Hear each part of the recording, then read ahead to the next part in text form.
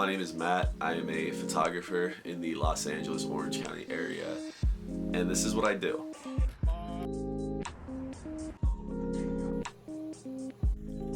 I like to take pictures, obviously. Render darkness visible was a prompt that I was given by my photography professor about a month ago. I'm in a digital class right now, and I am really unhappy with it because I'm not being challenged. So I'm a TA for my former darkroom professor, and I was telling him how upset I am, and he tells me, yo playa, try this. And this is what I made. But first, here's some audio clips of my best friend Emilio saying some dumb stuff while I'm trying to load a magazine into my Mamiya RB67. Enjoy.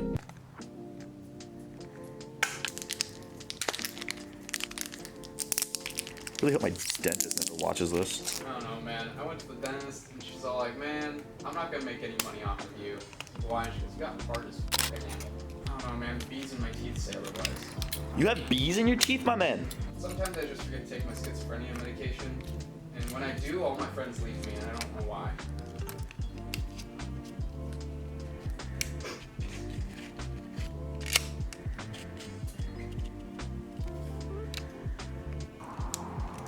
I do not like the amount of foam that's falling off on my hands right now. It's fine. Asbestos isn't even that bad. It just gives you cancer. And non-Hodgkin's lymphoma. Wait. I wanted to shoot the project on HP5, but I decided the look of Cinestill XX was going to be a lot better. And I was right. Yeah, you do.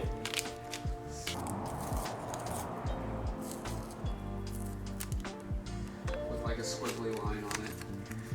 That's a really brave idea, Emilio. I think you should absolutely go for it.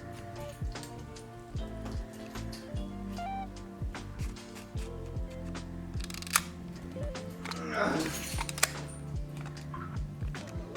an old man. Now you're so good.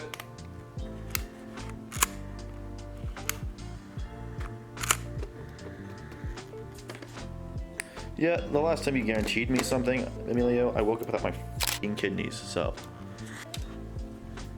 I don't really know what this shot's gonna be for. This the motherfucking thing, bro. This the motherfucking thing. As you can see, I'm recording these clips while editing this video because I don't know how to do YouTube just yet.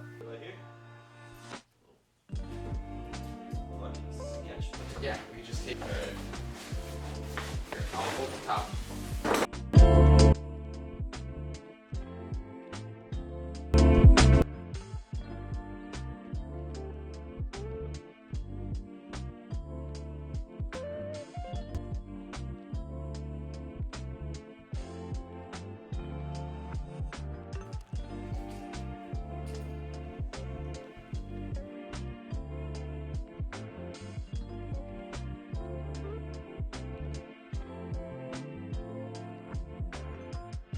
I didn't really film a whole lot during that photo shoot, but that's because it was really dark and there wasn't a lot to see. It was mainly just me and Emilio screaming at each other, cracking a couple jokes, and making some art with it. But here's the developing process, which is pretty but you understand.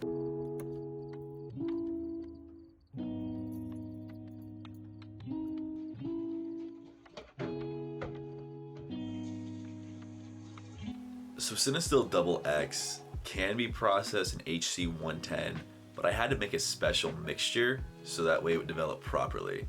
I believe the mixture was something crazy like 1 part to 64, which worked out to 5 ounces to 63 ounces of water. It was kind of weird.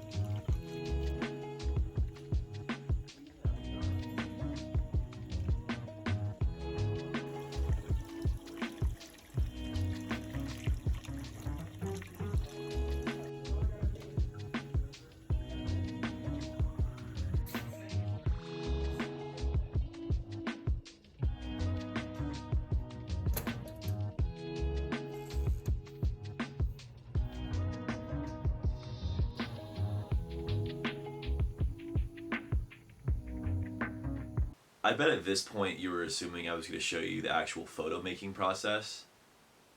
But that's not really easy to do in the dark, in a light sensitive environment. So I'm sure you'd understand. So I'm just going to scan it instead, and we'll just pretend that you saw me make a photo.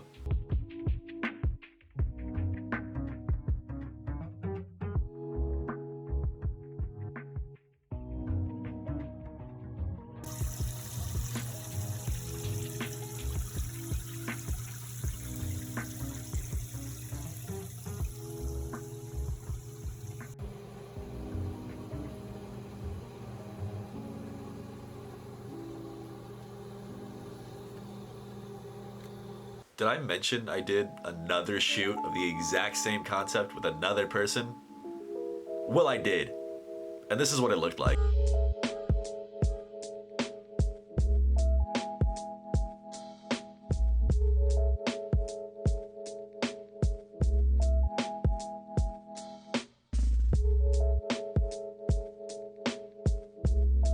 It still came out really good. I don't have a whole lot of the B-roll of just setting up, so this is the only shot I have. While doing this project, I learned of a thing called solarization, which is kind of cool. It's basically what happens when you take the paper out of the developer too early, expose it to light, and then just kind of leave it. It gets this really weird sepia effect, but also it's not fully developed in the paper. It just looks cool. I wasn't trying to answer this question of how do you make darkness visible. It's how do you play with light in a way that makes the darkness visible. Does that make sense? No? Put it like this. Listen to the silence. No, that's dumb. Feel what can't be felt. Yeah. No, there is nothing to quantify what I'm saying. It was really a matter of playing with light in such a way that obscures things, that tells a story in itself. I don't have to do as much work in setting this grand scheme of events. I just have to paint a pretty picture with light. And that's all that photography is. So I guess to close things out, did I render darkness visible? I don't even know what that means. So I think I made images that felt something. Every time I look back at them, I remember how I felt when I first saw them on the rolls. It's kind of cool. I think having photos that give you the power to evoke such emotion out of somebody is really what makes it worth it. I really want to continue this project, but it has taken so much time, money, paper, caffeine, not a lot of sleep, early mornings, late nights, all things I'm not really used to. But I'm happy with what came out of it. And I don't really like to quantify myself as a always happy person, so I think that might have done something for me, and it doesn't have to make sense for everybody else. If for some reason this video tickled that special part in the back of your brain, consider subscribing. Or don't. I can't force you. If you want to see the other stuff I'm up to, I'll put my Instagram in the bio or somewhere around here. That's really the best place you can find my work at. As for this YouTube thing, we'll see how it goes. You can't make 1,000 videos without making one. So, here's to number 1. So I hope I'll see you in the next video. Or I won't.